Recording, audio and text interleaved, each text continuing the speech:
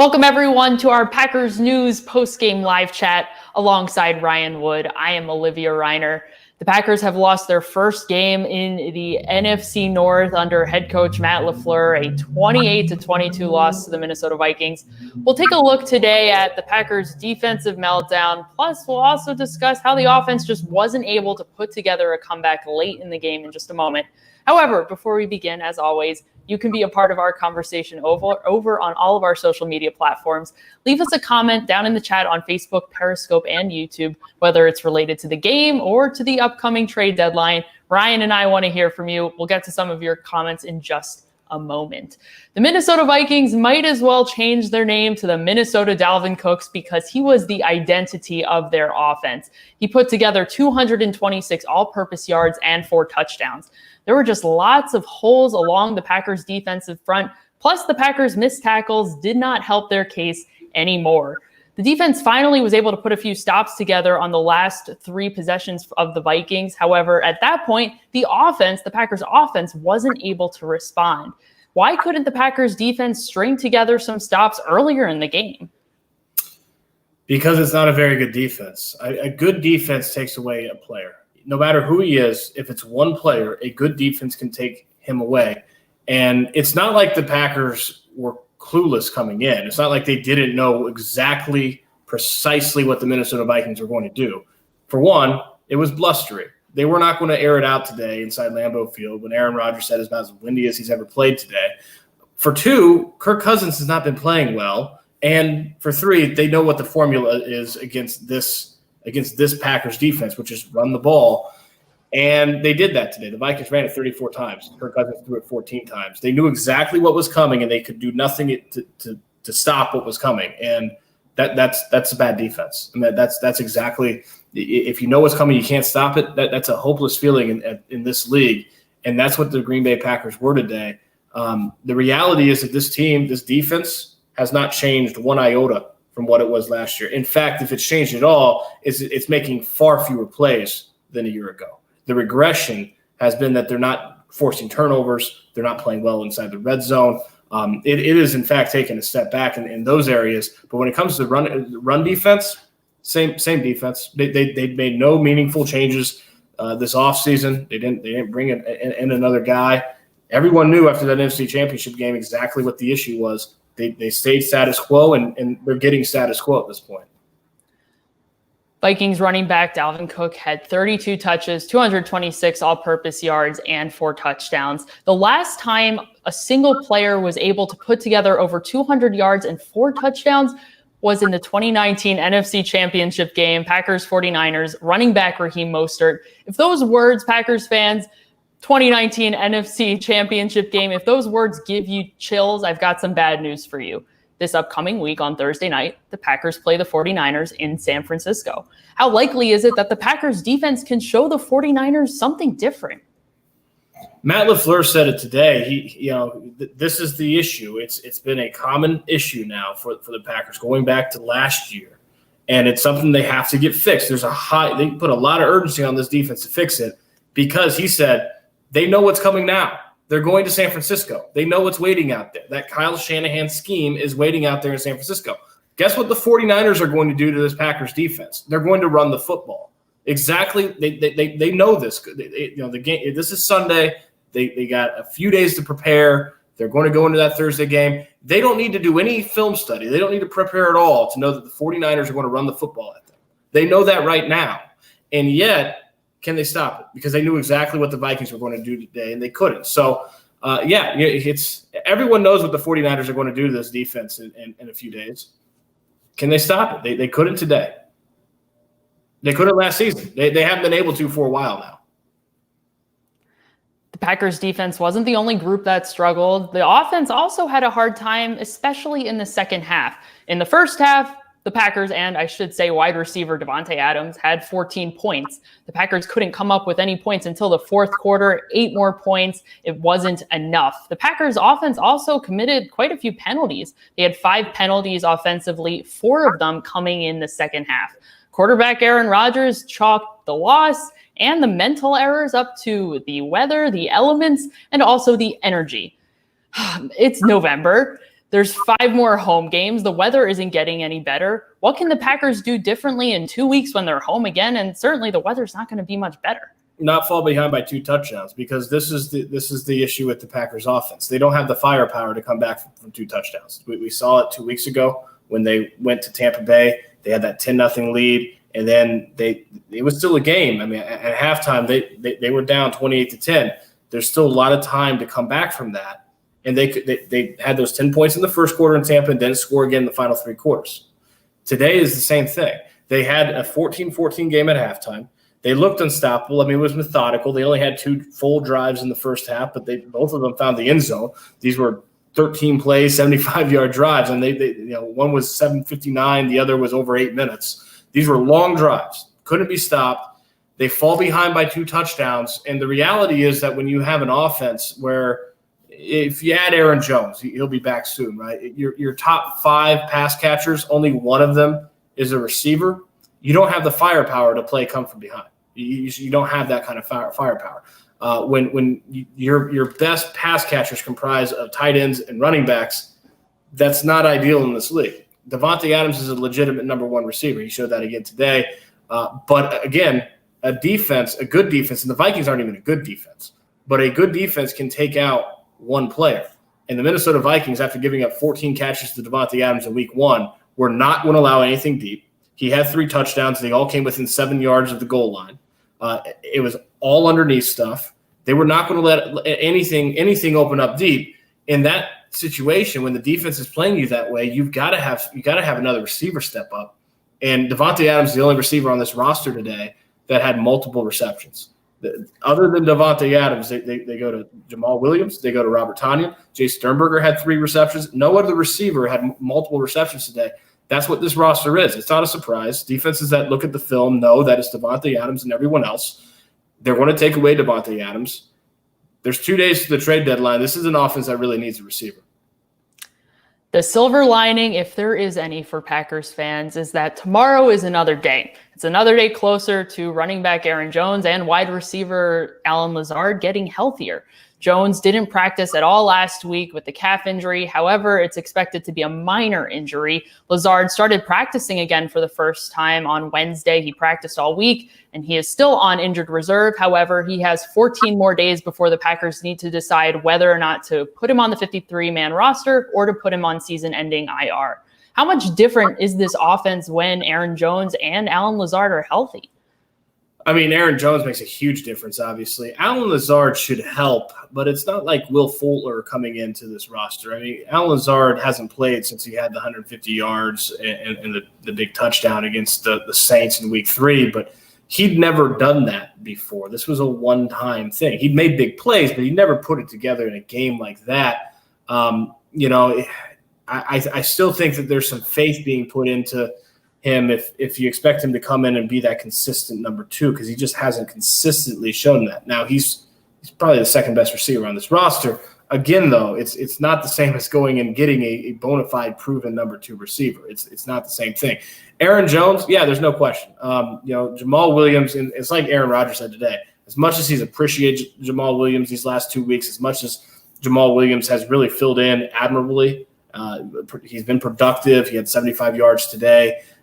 He really, especially in that first half, he took it to that Vikings defense pretty well. There's no question this offense is better full strength, especially when full strength means you have Aaron Jones, who's one of the best playmakers in the league. So, there's 2 real playmakers, consistent playmakers on this offense.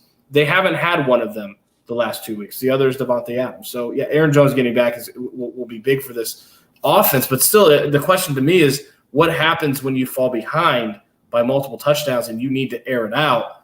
They don't have the firepower in the receiving core to really be able to do that. Let's flip it over to Facebook, Periscope, and YouTube for some of your questions, your comments, your concerns. I see you have some concerns. Thank you so much, everybody, for joining us. Let's start here with Alex. Alex says defensive lineman Kenny Clark needs help. Those young inside linebackers might work out in a year or so, but right now the Packers need a stud run-stopping inside linebacker and defensive lineman. How high on the priority list is inside linebacker and defensive lineman as the Packers near the trade deadline on Tuesday? Well, inside linebacker has actually been pretty, I think, above standard, above expectation. Chris Barnes and Kamal Martin, They've both played well. They're going to get Christian Kirksey back. But I agree with you, Alex, that Kenny Clark on that interior defensive line, they need someone else. Hey, Dean Lowry got a sack today. His first time in 26 games. He hadn't had a sack since December 2nd, 2018 against the Cardinals. You might remember that game as the game that got Mike McCarthy fired. Literally since that game, Dean Lowry had not had a sack. 26 straight games. Today was 27th. And he got a sack today, but he was unblocked. It wasn't like he beat a blocker. The Vikings left him unblocked. There is not that secondary, that complementary interior presence alongside Kenny Clark. And it's I think this roster needs two things. They need that. They need a receiver. And everyone knows what they need. I don't know if they'll be able to go out and get it.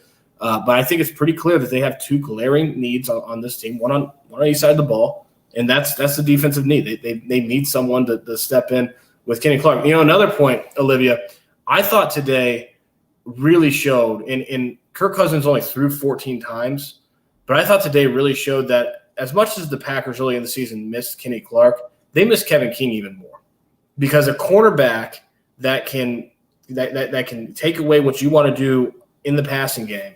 They picked on Josh Jackson quite a bit today in those limited passing opportunities. He had the defensive pass interference in the end zone. There was a receiver screen where he wasn't able to make the tackle. They ran it at him a few times. I thought that they really missed Kenny Clark as well. And as much as Kevin King as well, as much as Kenny Clark's getting that big paycheck, Kevin King's showing by being out how important he is to this defense. Thank you, Alex, for your question. David is quite frustrated here. He points out nice drops by wide receiver Equanimeous St. Brown. David wants to see him cut, calls him useless. St. Brown had back-to-back drops today. However, Rodgers elected to go back to him later in the game on 4th down, and he was able to convert there. In total, St. Brown, it was 3 targets, 1 reception for 12 yards. You also look at a player like Marquez Valdes-Scantling, also in the 2018 draft class, just 1 catch for 19 yards for Valdes-Scantling. Quiet days for both of the 2018 draft picks. It's their 3rd season. How long is the leash for both of those players? Well, there's no one really behind them to take those spots. Maybe Alan Lazard when he comes back from IR, but go down the box score. Malik Taylor, 1 catch, 26 yards. Tyler Irvin, 1 catch, 7 yards. Darius Shepard, 1 catch, 6 yards. There's no one there to take that spot. That's the problem with this roster.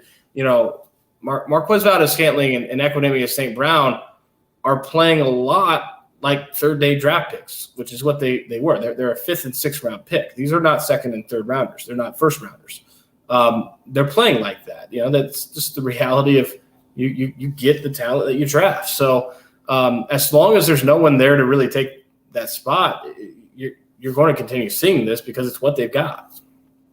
We've got lots of frustration brewing for defensive coordinator Mike Pettin in the comments. Andrew says Pettin just does not adjust, never has. Brian says same old defense. Jake says we need to change. What about a new coach for the defense? Where do the Packers stand right now with defensive coordinator Mike Pettin? It's got to get better, and it hasn't for a year and a half now. This has been a problem. This run defense has been a problem.